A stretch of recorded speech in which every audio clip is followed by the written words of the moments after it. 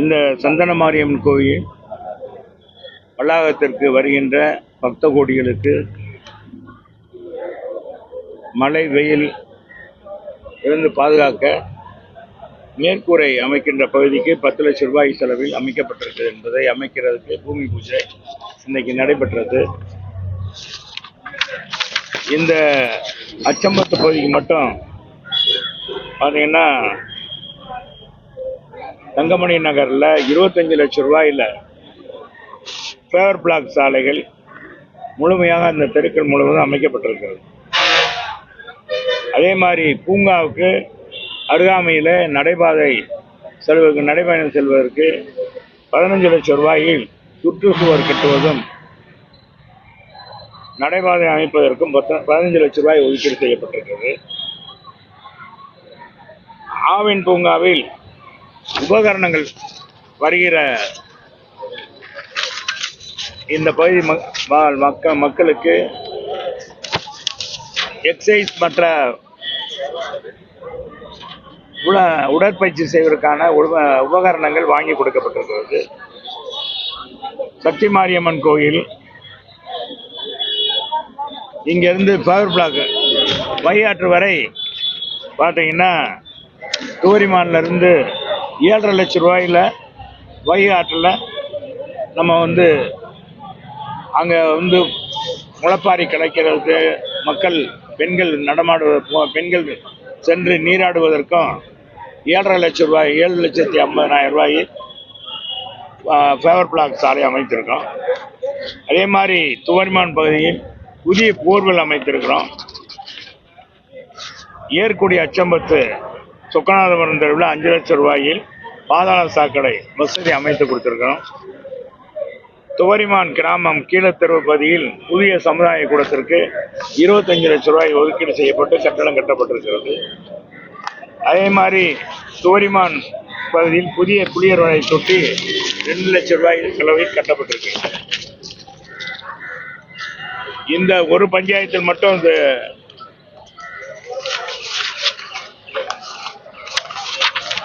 இந்த பணிகள்லாம் மேற்கொள்ளப்பட்டிருக்கிறது. அதே மாதிரி துவரிமான் அரசு துவக்கப்பள்ளியில் சமையலறை கட்டிக் கொடுப்பதற்காக 5.5 லட்சம் ரூபாய் ஒதுக்கப்பட்டிருக்கிறது. துவரிமான் பகுதியில் உள்ள சமுதாய கூடத்தை முதல் தளம் விரிவாக்கம் பண்ணுவதற்காக 10 லட்சம் ரூபாய் நிதியிலிருந்து ஒதுக்கப்பட்டு மக்களுடைய பயன்பாட்டுக்கு இருக்கிறது. அதே மாதிரி சமுதாய கூடம் கிழக்கு தெருவில் 6,50,000 ரூபாய் செலவில் ஃபேவர் பிளாக் சாலை அமைத்து கொடுத்துருக்கோம். இது இல்லாமல் தங்கமணி நகரில் மின்சார பவர் வோல்டேஜ் குறைந்த அளவில் இருந்ததுனால இங்கே புதிய டிரான்ஸ்ஃபார்ம் அமைத்து கொடுத்துருக்குறோம். புரட்சி தமிழர் எடப்பாடியாருடைய குடிமராமத்து திட்டத்தின் மூலமாக நம்ம இங்கே ஒரு அம்மா மினி கிளினிக் ஆரம்பித்தோம். அதை இந்த அரசாங்கம் மூடுவிழா கண்டுவிட்டது.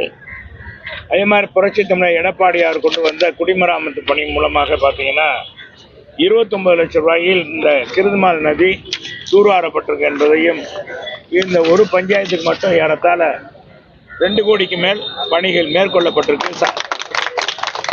சட்டமன்ற உறுப்பினர் நிதியிலிருந்து தொகுதி மேம்பாட்டு நிதியிலிருந்து எடுக்கப்பட்டிருக்கு என்பதை தெரிவித்துக் கொள்கிறேன்.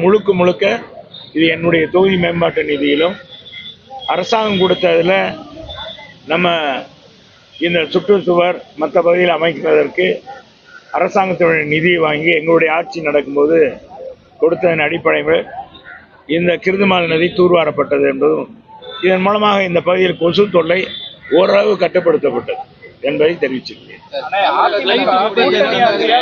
மேலே இந்தியாவில் இது மாதிரி ஒரு விபத்து ஏற்பட்டது நினைத்து நான் உண்மையிலே இன்னைக்கு இந்திய மக்கள் அனைவருமே மிகவும் வருத்தத்தில் இருக்கோம். எல்லாருமே அனைத்து மக்களுடைய உள்ளங்களையும் இன்றைக்கு பார்த்தீங்கன்னா அது மிகப்பெரிய பாதிப்பை உருவாக்கி இருக்கிறது. சமீபத்தில் இது போன்ற விபத்துகள் நம் இந்தியாவில் இவ்வளவு பெரிய விபத்து நடந்தது. அதுவும் மாணவ செல்வங்கள்லாம் அதில் பலியானதை எண்ணி நிச்சயமாக மிக வருத்தமாக இருக்கிறது. எங்கள் பொதுச் செயலாளர் இதற்காக இரங்கல் தெரிவித்திருக்கிறார்கள். எனவே அந்த குடும்பத்திற்கு ஆழ்ந்த இரங்கலை தெரிவித்து அரசாங்கம் உரிய உதவியை நிச்சயமாக வழங்கும் என்பதை தெரிவிச்சிருக்கிறேன். இதெல்லாம் பொதுச் செயலாளர், அதாவது பொதுச் செயலாளர் பார்த்துக்கிறாரு. கூட்டணி ஆட்சி எந்த ஆட்சி என்பது எங்க பொதுச் செயலாளர் பார்த்துக் கொள்வார். எங்க பொதுச் செயலாளரை பொறுத்தளவுக்கு ஒரு முடிவு எடுத்தாருன்னா அவர் ஏற்கனவே அறிவித்து விட்டார். அதிலிருந்து ஏதாவது நீங்க கூட்டணியை பற்றி இந்த ஆட்சியை பற்றி கேட்கணும்னா எங்க பொதுச் செயலாளர் இடத்துல நீங்க கேட்டுக்கணும். மற்றது நாங்க அவர் இப்படி சொன்னார், இவர் இப்படி சொன்னார் அப்படின்னு சொல்லி எல்லாம் சும்மா குழப்பத்தை ஏற்படுத்தாம இந்த கூட்டணி ஆட்சி அமைப்பது குறித்து ஏற்கனவே அமித்ஷாவிடம் பேசியது குறித்து எங்க பொதுச் செயலாளர் தெளிவாக சுட்டி காட்டி விட்டார். நீங்க அதை பற்றி விவரம் கேட்கணும்னா எங்க பொதுச் செயலாளர்லாம் கேட்கணும். மற்றது ஏதாச்சும் நீங்க மற்றதுக்கெல்லாம் நான் சொல்ற கேள்வி நீங்க இதெல்லாம் எங்க இது எங்க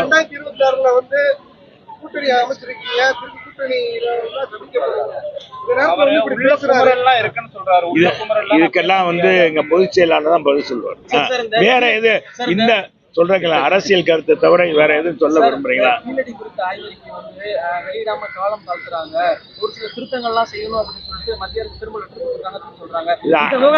கூட்டணி கட்சியில் இருக்கக்கூடிய அதிமுக மௌனம் காக்கிறதா?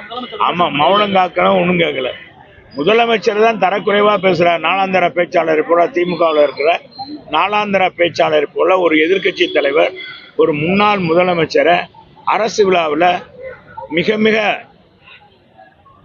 தரக்குறைவாக காது கூசும்படி கேட்பவர் மண் புண்ப கேட்பவர்களே ஒரு முதலமைச்சர் இப்படி பேசுறாரு, ஐயா முதலமைச்சரா இப்படி பேசுறது அப்படின்னு சொல்லி வருத்தப்படுற அளவுக்கு நம்ம காசுலயே இந்த முதலமைச்சர் இப்படி பேசுறாருன்னு சொல்லி ஏற்கனவே முதலமைச்சருக்கு எந்த விதமான ஒரு மதிப்பு மரியாதை இல்லை. இதுல அடுத்த நான் தான் முதலமைச்சர்ன்றாரு. எல்லாம் மக்களை பயமுறுத்தி கொண்டு இருக்கிறார். பெண்கள்லாம் பயந்து போயிருக்கிறாங்க. இந்த ஆட்சி தொடர்ந்தா நம்மெல்லாம் வெளியே நடமாட முடியாது என்ற அடிப்படையெல்லாம் பெண்கள்லாம் படிக்கிறதுக்கே பள்ளிக்கூடத்துக்கே போக முடியாத சூழ்நிலை ஏற்பட்டு அச்சத்தில் இருக்காங்க. இதில் போய் பொது விழாவில் அரசு விழாவில் ஒரு முதலமைச்சர் தகுதியற்ற முறையில் இன்னைக்கு பேசியது வன்மையாக கண்டிக்கக்கூடியது. இன்னைக்கு தமிழ்நாட்டில் அத்தனை பேருமே இன்னைக்கு முதலமைச்சருடைய பேச்சை மிக மிக கடுமையாக கண்டித்திருக்கிறார்கள். இது அவர் இந்த போக்கை மாற்றிக்கொள்ள மாட்டேங்கிறார். இதெல்லாம் எரிச்சல் என்ன, நாளுக்கு நாள் எடப்பாடியாருக்கு புகழ் கூடுவதா, அடுத்த முதலமைச்சர் எடப்பாடியார் தான் என்பதை மக்கள் முடிவு எடுத்ததுனால இன்னைக்கு தமிழ்நாட்டில் அதுவும் குறிப்பாக மேற்கு மாவட்டத்தில் போய் இன்னைக்கு கொல்லந்தெருவில் ஊசி விற்பதை போல நம்ம முதலமைச்சர் அங்கே போய் அந்த விவசாயிகளுக்காக எண்ணற்ற திட்டங்களை கொண்டு வந்து செயல்படுத்தியவர். எனவே அவரை போய் இன்னைக்கு நம்மவும் தரைக்குறவா பேசியது உண்மையிலேயே முதலமைச்சரை நாங்கள் கண்டிக்கிறோம். ஆமா, இப்ப உங்களெல்லாம் பார்த்ததே அதுக்கு தான். நாங்க வந்தோம் குடிமராமத்து திட்டத்தின் மூலமாக இன்னைக்கு நிறைய நீர்நிலைகள்லாம் உயர்த்தி பார்த்தீங்கன்னா நிலத்தடி நீரை கூட்டு அதிகப்படுத்திருக்கு. இன்னைக்கு துவரிமான் கம்மாய் எடுத்துக்கோங்க, மாடக்குளம் கம்மாய், காமாட்சிபுரம் கம்மாய், தாராவட்டி கம்மாய், இப்படி எத்தனையோ கம்மாய்கள் இன்னைக்கு தூராறப்பட்டிருக்குது. மதுரையை சுற்றி தூர்வாரி இருக்கும். இதனால நிலத்தடி நீர் கூடி இருக்கு. மழை நீர்கள்லாம் இன்னைக்கு தேக்கி வச்சிருக்கோம். இன்னைக்கு பல கோடி ரூபாய், 4 ஆண்டுகள 8000 கோடி ரூபாய் எங்க முதலமைச்சர் கொடுத்தார் மதுரையினுடைய வளர்ச்சிக்காக மட்டுமே. இன்னைக்கு உங்களுக்கு தெரியும் பறக்கும் பாலங்கள் இன்னைக்கு மதுரையில் இருக்குன்னா அதுக்கெல்லாம் விட்டவர் எங்களுடைய புரட்சி தமிழர் எடப்பாடியார். அதே மாதிரி பெரியார் பேருந்து நிலையம் இன்னைக்கு எந்த அளவுக்கு அழகாக இருக்கிறது. வணிக வளாகம் எவ்வளவு வானலாவே கட்டப்படும், அதை கூட திறக்காம இருக்கிறாங்க. ஆண்டுக்கு 7 கோடி ரூபாய் மாநகராட்சிக்கு இன்னைக்கு வருவாய் இழப்பு ஏற்படுகிறது. மதுரையே இன்னைக்கு அழகுபடுத்தப்பட்டதுன்னா அதிமுக ஆட்சியில். அதே மாதிரி அவர் நம்முடைய வணிக வரித்துறை அமைச்சருடைய தொகுதிக்கும் அந்த பகுதி அவரும் பயன்படுற மாதிரி இன்னைக்கு பார்த்தீங்கன்னா பாதாள சாக்கடை திட்டம் கொண்டு வந்தோம். சாலை புனரமைக்கப்பட்ட அவர் தொகுதியெல்லாம் போய் நாங்கள் பூமி பூஜை இதெல்லாம் போடல. பெரிய கட்டடங்கள்னா தான் பூமி பூஜை போனோம். இந்த ஆட்சியில மந்திரிகளுக்கு வேற வேலையே இல்லை. ரோடு போடுறதுக்கு தான் வேலை இருக்கு. ரோடு போட பூமி பூஜை போடுறது, பெரிய பெரிய திட்டங்களை கொண்டு வந்து செயல்படுத்தியிருக்காங்கன்னா இல்லை. ஒரு நூலகம் எதுக்கெடுத்தாலும் ஒரு நூலகம் கட்டிட்டோம். ஒரு ஜல்லிக்கட்டு மைதானத்தினால மதுரை மக்களுக்கு, மதுரை வாழ் மக்களுக்கு என்ன நன்மை?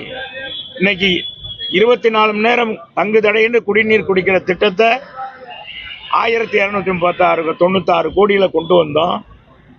அதை இன்னைக்கு ஏறத்தாழ 84 மேல்நிலை தொட்டி மூலமாக நீரேற்றி மக்களுக்கு 50 ஆண்டுகளுக்கு குடிநீர் பிரச்சனையை தீர்க்கிற பணியை செஞ்சோம். எங்க ஆட்சி தொடர்ந்து இருந்தால் நேரம் மக்கள் பயன்பெற்றிருப்பாங்க. அதை கூட செய்யல. இன்னைக்கு அச்சம்பத்தில் இருக்கிற நிலத்தடி நீர்லாம் கூடி இருக்குன்னா இது காரணம் தூர்வாரப்பட்டதன் அடிப்படையில் தான்.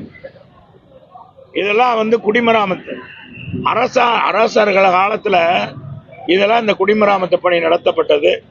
அதற்கடுத்து அம்மா அவர்கள் தான் இந்த ஆணையை பிறப்பித்தார்கள். ஆனால் எடப்பாடியார் தான் செயல்படுது. இது மாதிரி தொலைநோக்கு பார்வையோடு இந்த அரசாங்கம் செஞ்சிருக்கா? அதே பெண்களுக்கான, மாணவ செல்வங்களுக்கான, பெண்களுக்கு உதவுகிறத 1000 ரூபா கொடுக்கறத பெருசா அந்த அரசாங்கம் பேசுகிறாங்க. நான் கேட்கிறேன், 36,000 ரூபா அவங்க படிச்சு முடிக்கும் போது கொடுப்பாங்க. ஆனா நாங்க 1,49,000 ரூபா வரைக்கும் எங்க ஆட்சியில பயனடைந்தாங்க. படித்த மாணவர்களுக்கு பெண்களுக்கு உதவி பண்ணோம். தாலிக்கு தங்க இன்னைக்கு எவ்வளவு? 8 கிராம் கொடுத்தோம், அதை நிறுத்திட்டாங்க. ஒரு மடிக்கணினி கொடுத்தோம், அதை நிறுத்திட்டாங்க. ஸ்மார்ட் சிட்டி நாங்க காலத்துல தான் ஸ்மார்ட் சிட்டி நடத்தப்பட்டது. மதுரை ஒரே ஆண்டுல 11 மருத்துவக் கல்லூரி கொண்டு வந்தோம். என்னங்க இந்த ஆட்சியில என்ன செஞ்சிருக்காங்க? எந்த அமைச்சரும் செய்யல. குறிப்பா மேற்கு தொகுதியை மையப்படுத்தியே அவர் ஒரு பாராட்ட கிடையாதாலோ ஒரு மேற்கு தொகுதியை மையப்படுத்தியே அவர் பூஜையெல்லாம் நடத்திட்டு வர்றாரு. இதை பத்தி எல்லாம் நாங்க கவலையே படுறதில்ல. மக்களுக்கு தெரியும். மக்கள் யாருக்கு அண்ணா திராவிட முன்னேற்ற கழக ஆட்சியில என்ன செஞ்சாங்க, இந்த அமைச்சர் என்ன செய்யறாரு என்பது மக்களுக்கு தெளிவா தெரியும். மக்களை ஏமாற்ற முடியாது.